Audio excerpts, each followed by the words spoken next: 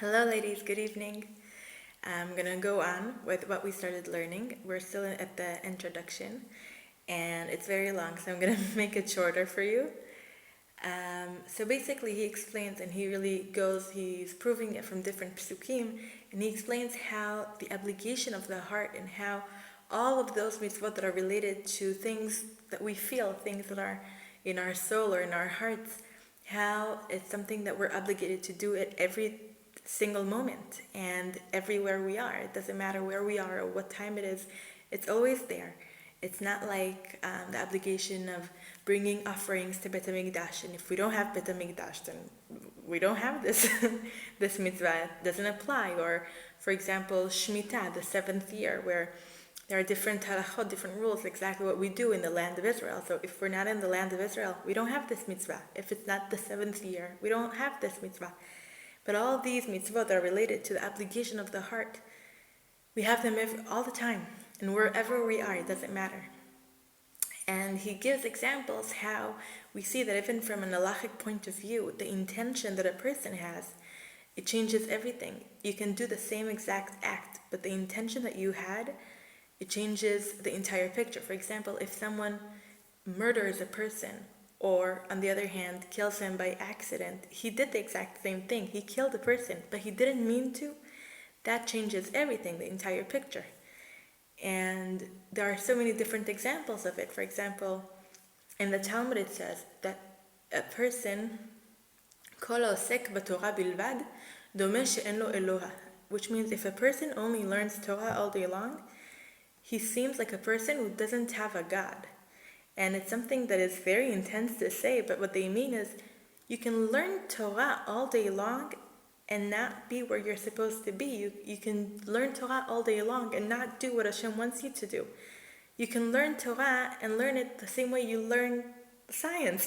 It's just like another knowledge that you're learning and gaining, but it's not, if it doesn't change you, if it doesn't make you a better person, if it doesn't change your feelings and who you are, then you can just keep on learning it, but it doesn't matter. You're missing the entire point. So Avodat Hashem, or worshiping Hashem, or Judaism in general, you can do everything. You can learn Torah all day long. You can do all the mitzvot, but if your heart is not there, so you're missing the entire point. And it says in many, many different resources, and I'll send you a few, I think. Exactly that. For example, it says Rachamana libabe. It's not Hebrew, it's Aramaic, but it's a very, very famous phrase. People say it all the time. And what it means is that basically what Hashem wants from you, it's your heart. And that is it. He wants your heart. And there are other examples that he gave. For example, how during history, there were times where the Jewish people, they did everything. They davened and they brought offerings and everything, but they were still punished because they were doing it like they were like doing a favor to Hashem. Like, come on, does Hashem really need our prayers? Like, who are you doing the favor to?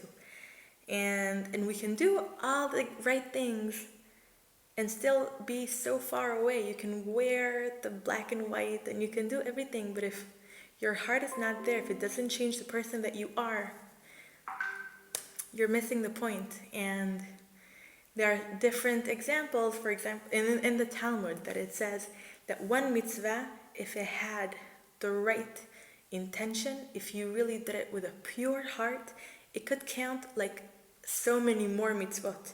One mitzvah could count like hundreds of mitzvot. And if you did one bad thing, but your intention was really, really bad, it could count like many more bad like you did something so much worse, even though what you did was even not so bad. But if your intention was really bad, it also counts. And another example is that it says, and it's something that is as clear as it gets, like it's very clear that it says כל המתכוון לעשות מצווה נחשב כאילו עשה, which means if you meant to do a mitzvah and you didn't do it eventually, you couldn't, or the circumstances changed, whatever, but you meant to do this mitzvah, it counts as if you did it. It doesn't matter if you did it or not. As long as you had this intention, this is what matters.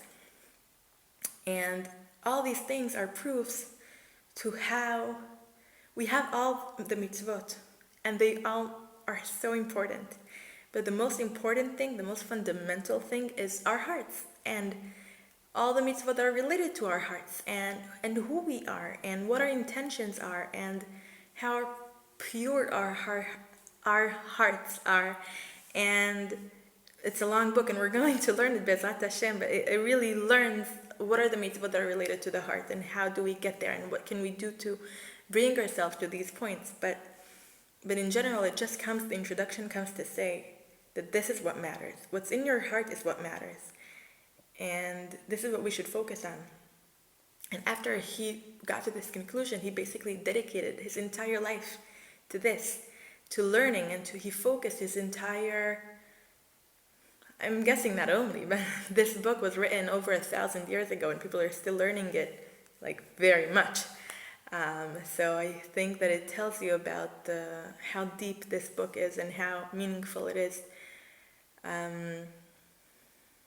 But basically he devoted his life to this, and then he said that he didn't mean at the beginning to publish it and to send it to other people, but he just saw that it's so big, it's so deep, and he learned more, and he gained more, and he got deeper and deeper, and he was afraid he's going to forget.